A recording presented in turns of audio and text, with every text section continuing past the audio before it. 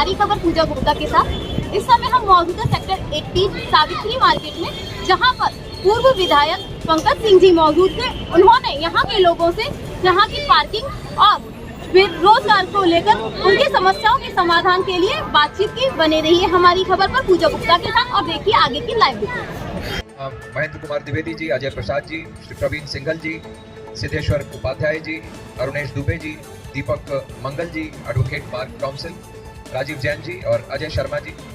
मैं हमारे साथ श्री मान सिंह जी अनेक संस्थाओं से जुड़े हुए हैं, संजय गोयल जी अनेक संस्थाओं से आप जुड़े हुए हैं। हाँ, अजय गुप्ता जी यही हैं भारत विकास परिषद और अन्य संस्थाओं से। हमारे एन के अग्रवाल साहब ये भी कई हमारे गौशाला और अन्य संस्थाओं से भी जुड़कर सामाजिक काम करते हैं। ऐसे बहुत सारे हमारे सभी सम्मानित भाइयों बहनों। जब आया था पहले 5 साल पहले, मुझे ध्यान है, तो लगता था कि नई जगह पर बोल रहा हूँ। अब आप लोगों के बीच में बोलता हूँ तो लगता है सब परिवार के ही बीच में, आप सब लोगों के बीच में बात कर रहा हूँ। देखिए, बहुत सब बातें अभी आदरणीय ओपी मिश्रा जी ने, आदरणीय सुनील जी ने आप सब लोगों के बीच में कही दी। मैं तो आभारी हूँ कि आप सब लोगों ने अपने इस काम के वक्त में भी वक्त निकाल के आप लोग यहाँ पर आए हैं, मुझे बोलने का मौका दिया है और मेरी बात सुनने के लिए भी आप यहाँ पर बैठे हैं। मैं इसके लिए बहुत आभारी आप सब लोगों का। 10 फरवरी के लिए मैं आग्रह करने के लिए आया हूँ कि 10 फरवरी को आप लोग निकलकर, बड़ी संख्या में सभी लोग निकलकर भारतीय जनता पार्टी के कमल के फूल पर वोट करें। ये निवेदन करने के लिए मैं आप सब लोगों के बीच में आया हूँ। और सच में कई बार जब मैं बात करता हूँ तो मुझे जब ये विपक्ष के नेताओं का ध्यान आता है, मैं आपको सच में बताऊं, मैं ज्यादा लंबा समय नहीं लूंगा, लेकिन मैं कुछ बातों पर आपका ध्यान मैं जरूर देना चाहता हूं। अभी मैं किसी क्षेत्र में प्रचार के लिए गया था, तो वहां पर लड़के कुछ आए, उन्होंने, मैंने कहा कि भाई प्रचार करिए, पदयात्रा करिए, तो उन्होंने कहा कि कैसे निकले। अभी भारतीय जनता पार्टी का ये पटका भी नहीं मिला है, टोपी भी नहीं मिली है, पैम्पलेट भी अभी प्रत्याशी ने नहीं छपवाया था, तो लोग कैसे समझेंगे कि हम भारतीय जनता पार्टी के कार्यकर्ता हैं। मैंने उनको यही कहा कि देखो, ये विपक्ष आजकल कांग्रेस, सपा, बसपा, ये ऐसे नेता हैं जो जिन्ना के नाम पर भी वोट मांगने से हिचकते नहीं हैं। और सच में तो आज ऐसे हालात इन सब की वजह से देश में बन गए हैं कि आप सिर्फ बिना भाजपा के झंडे, पोस्टर, पैम्पलेट के बिना आप सड़क पर भारत माता की जय बोलते हुए निकल जाइए। लोग समझ जाएंगे कि ये भारत माता की जय बोलने वाला, लोग समझ जाएंगे कि ये भारत माता की जय बोलने वाला ये सपाई, बसपाई, कांग्रेसाई नहीं हो सकता। ये होगा तो पूरा भाजपाई होगा, ये अपने आप लोग समझ जाएंगे।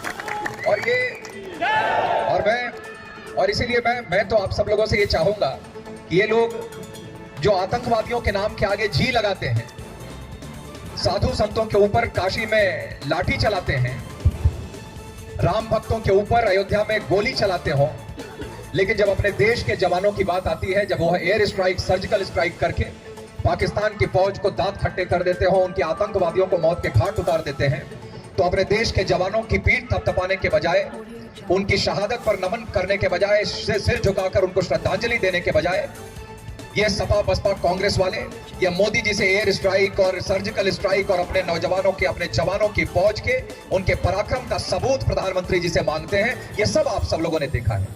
इसीलिए मैं कहता हूं कि हर चुनाव कोई ये सामान्य नहीं होता है, ये सारे चुनाव महत्वपूर्ण होते हैं और एक एक चुनाव हमारे क्षेत्र का और देश का भविष्य बनाता है। और यह एक वोट, जब अटल जी की सरकार 2000 में गई थी, उसमें कम हुआ तो अटल जी की सरकार गिर गई थी। और उसके बाद 10 साल जब सपा, बसपा, कांग्रेस की सरकार चली तो अपने देश की छवि पूरे विश्व भर में कैसी बन गई थी, ये आप सब लोगों को ये पता है। लेकिन फिर जब आप सब लोगों ने देश को आगे करके जाति, मजहब, क्षेत्र, भाषा के आधार पर लोग जो बांट कर राजनीति करते थे, जब उस राजनीति को आपने दरकिनार कर दिया और नरेंद्र मोदी जी को देश को आगे बनाने के लिए आप लोगों ने चुना, तो आज इस जनरेशन ने भी, आज के लोगों ने भी एयर स्ट्राइक और सर्जिकल स्ट्राइक भी देखा। आज भगवान श्री राम का मंदिर भी बनते हुए हम लोग देख रहे हैं। काशी विश्वनाथ कॉरिडोर भी हम सब लोगों ने जनता को समर्पित करते हुए देखा है। और मैं इतना जरूर विश्वास करता हूं कि इस बार भारतीय जनता पार्टी को आप वोट करें तो जल्दी ही हम सब लोग अपने नोएडा को भी और भव्य रूप में देखेंगे और मथुरा भी हम सब लोगों का और भव्य रूप में विकसित होकर मिलेगा। इसमें कहीं पर भी कोई संदेह नहीं होना चाहिए। एक एक वोट से इतना बड़ा फर्क हम ला सकते हैं। और मैं तो सच में एक बार मैं ये देखना भी चाहूंगा, क्योंकि ये लोग कहते हैं कि समाजवादी पार्टी या बहुजन समाज पार्टी और अनेकों जितनी पार्टियां लड़ रही हैं वो कौन लड़ाई में है। मैं हमेशा से कहता हूं कि राम भक्तों के सामने कभी किसी की न चली है न कभी किसी की चल पाएगी, वो ही लड़ाई में नहीं। लेकिन जितने लोग हैं, मैं एक बार आग्रह करना चाहता हूं कि यह संदेश आप पूरे उत्तर प्रदेश को भी दे दीजिए। और मैं देखना चाहता हूं कि जितने लोग यहाँ पर हैं, कितने लोग इसमें जय श्री राम का उद्घोष करने वाला है मैं देखना चाहता हूं। तो एक बार यह बता दीजिए कि आप सब लोग भी एक साथ में आग्रह करना चाहता हूं कि जय श्री राम का उद्घोष करके यह बता दीजिए जय श्री राम, जय जय श्री राम। और एक बार यह संदेश कि हम सब भारत माता की जय बोलने वाले हैं। एक बार भारत माता की जय का उद्घोष करके भी इन लोगों को बता दीजिए भारत माता की, भारत माता की। देखिए, और यही तो भारतीय जनता पार्टी की भी ताकत है। आप सब लोग ही तो हम सब लोगों की ताकत है। वरना ये कई बार तो लगता है कि ये सपा बसपा कांग्रेस वाले अगर इनको अवसर मिले तो यह पाकिस्तान और बांग्लादेश के वोट से ही अपना चुनाव लड़ लेंगे। इनको आपके वोट की लगता है कभी कोई जरूरत इनको है नहीं। लेकिन हम सब लोग कहां जाएंगे? हम भारतीय जनता पार्टी के सभी लोग तो अपने हिंदुस्तान के भारत माता के सपूत ही तो जो होंगे वही भारतीय जनता पार्टी को वोट करेंगे।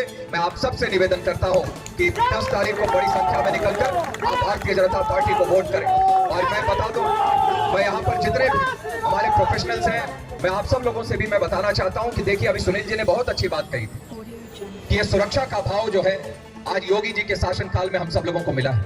आप लोगों ने पहले भी आप सब लोगों ने देखा होगा, लेकिन अभी 17 के बाद का परिवर्तन भी आप लोगों ने देखा है। नोएडा के अंदर भी लगभग 20,000 करोड़ के काम यहाँ पर हुए हैं। एलिवेटेड रोड बनी है। अभी चिल्ला रेगुलेटर से लेकर महामाया तक के लिए एलिवेटेड रोड एक बनकर तैयार हो जाएगी। दादरी बंगेल पर एलिवेटेड रोड बन रहा है। इसके अलावा कई अंडरपास बने हैं। कई जगहों पर लाइट्स लगी हैं, एलईडी लाइट्स लगी हैं। लगभग 1.25 लाख एलईडी लाइट्स लगी हैं। हैबिटेट सेंटर बन के तैयार हो रहा है। गोल्फ कोर्स बन रहा है। हेलीपोर्ट बन के तैयार हो रहा है। सड़कें बनी हैं। मेट्रो लगातार आगे बढ़ती चली जा रही है। Door to door waste collection प्रारंभ हुआ है।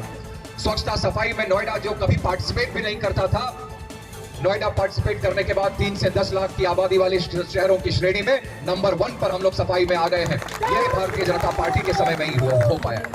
और इतना तय है कि यह योगी जी का बुलडोजर लगातार चलता रहेगा और अपराधियों के छाती पर वह चलता रहेगा। उनको कोई बचा नहीं सकता है, इतना तय है। भारतीय जनता पार्टी के आप सब लोगों को जब समर्थन होता है तो मैं यही तो ताकत है तभी। और ये जानते हैं, योगी आदित्यनाथ जी भी जानते हैं। इसीलिए तो उन्होंने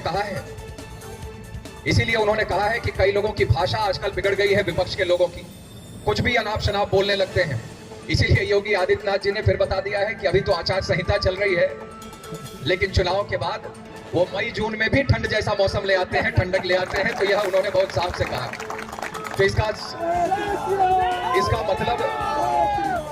तो इसका मतलब समझने वाले वो समझ गए। इसका मतलब वो समझने वाले समझ गए। और उस ठंडक की बात सुनकर उनके अंदर गर्मी और पैदा हो गई होगी, इतना मैं जानता हूं। तो आप सब लोगों से मैं निवेदन करूंगा कि लगातार 5 साल तक नोएडा को आगे बढ़ाने की कोशिश लगातार हम लोगों ने कोशिश की है। सभी समस्याओं पर हम लोगों ने कोशिश की है।